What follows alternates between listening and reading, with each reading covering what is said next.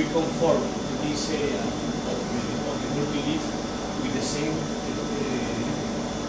size or the same shape of the tumor.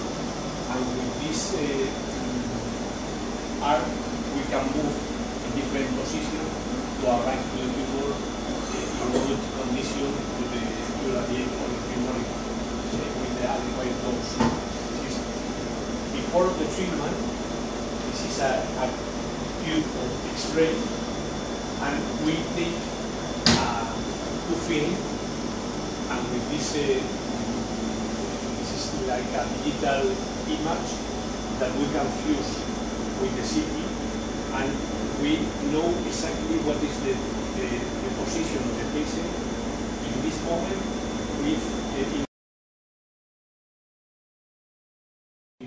a lot of technology surrounding you, okay?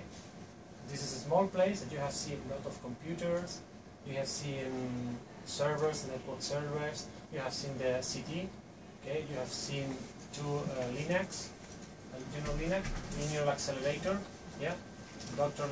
has been describing the different systems. But apart from that, there are different kind of human resources here, and these are special in this part of the hospital.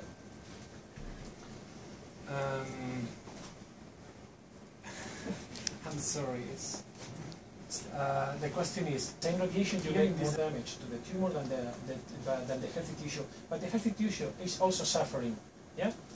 So I must use different strategies in the computer to give the dose to the tumor and not to the healthy tissue. One example, very simple. The Linac is going to rotate surrounding the tumor. Yeah? Okay. So I can concentrate different beams in the tumor. That is just in the center. Okay? Imagine 10 beams. Okay?